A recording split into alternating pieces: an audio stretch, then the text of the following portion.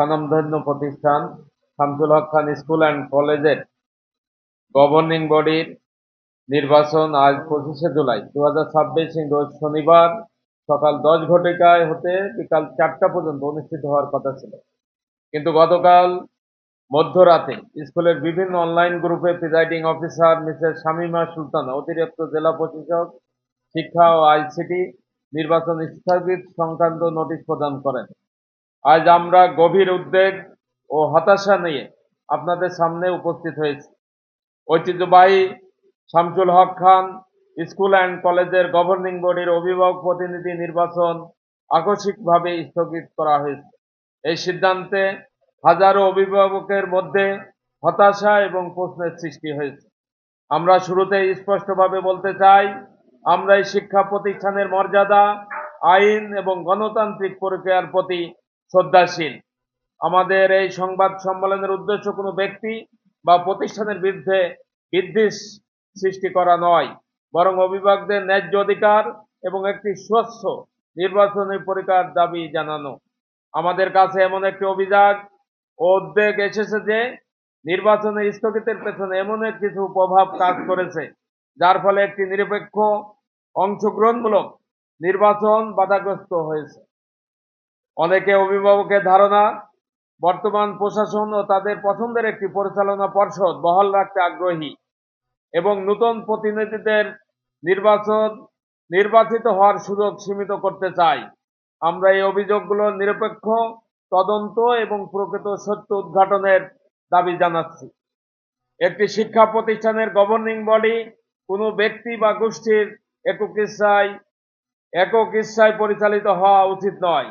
এটি অভিভাবক, শিক্ষক এবং সংশ্লিষ্ট সকলের আস্থা এবং অংশগ্রহণের ভিত্তিতে গঠিত হওয়া উচিত। গণতান্ত্রিক নির্বাচনই সেই আস্থা নিশ্চিত করার সর্বোত্তম উপায়। নির্বাচন স্থগিত সংক্রান্ত বিষয়ে আমরা প্রার্থীগণ এবং অভিভাবকবৃন্দের বক্তব্য নিম্নরূপ। শামসুল হক খান স্কুল অ্যান্ড কলেজের প্রিন্সিপাল জনাব ডক্টর মাহবুব রহমান মোল্লা সাহেব দীর্ঘদিন যাবৎ তার নিজস্ব পছন্দের অনির্বাচিত কমিটির মাধ্যমে স্কুল পরিচালনা করে আসছেন।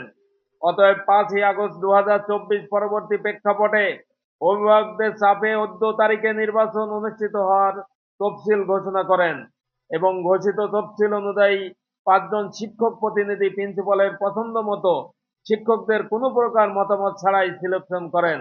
পরবর্তী অভিভাবক প্রতিনিধি নির্বাচনে প্রিন্সিপালের পছন্দের অভিভাবক প্রার্থীদের ভরাডুবির আশঙ্কায় প্রিন্সিপাল মাহবুব রহমান মোল্লার প্রত্যক্ষ এবং পরোক্ষ মদদে এবং রাজনৈতিক হস্তক্ষেপের মাধ্যমে প্রিজাইডিং অফিসারের অবৈধ প্রভাবিত করে গতকাল গভীর রাতে নির্বাচন স্থগিতের নোটিশ প্রদান করেন।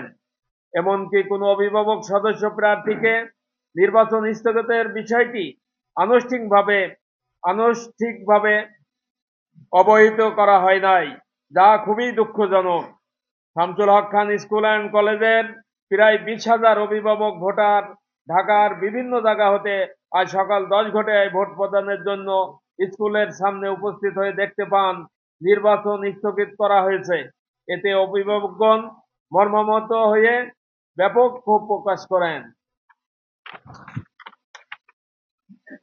আমরা আরো দেখতে পাই, গতকাল 24শে জুলাই রাত 9 ঘটিকায় ঢাকা 5 আসনের বিএনপি পরাজিত প্রার্থী জনাব নবিউল্লাহ নবী এর প্রত্যক্ষ নির্দেশনার মাধ্যমে একদল বিএনপি কর্মী স্কুলের সামনে মব সৃষ্টি করে নির্বাচন বন্ধের দাবি তুলে। এতে প্রতিমান হয় সরকার দলীয় পরাজিত এমপি প্রার্থী জনাব নবিউল্লাহ নবী ও স্কুলের প্রিন্সিপালের যোগসাজশের মাধ্যমে নির্বাচন স্থগিতের ক্ষেত্রে তৈরি করে।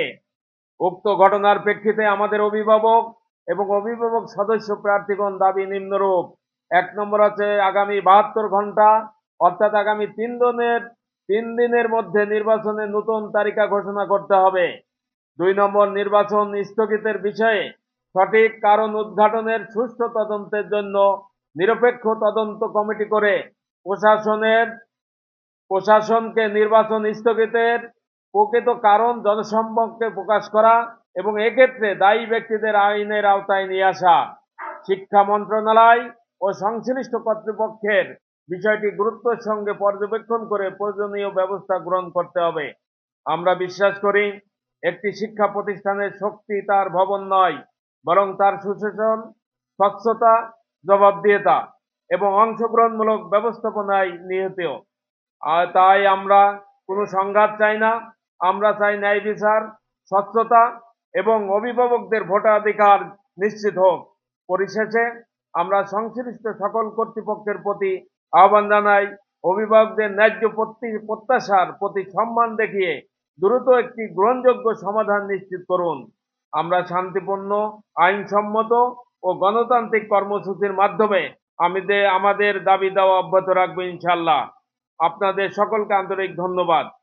মোহাম্মদ সাজান খান, শামসুল হক খান স্কুল অ্যান্ড কলেজের গভর্নিং বডির নির্বাচনে কলেজ শাখার চেয়ারম্যান প্রার্থী এবং অভিভাবক ফোরামের সংগ্রামী সভাপতি।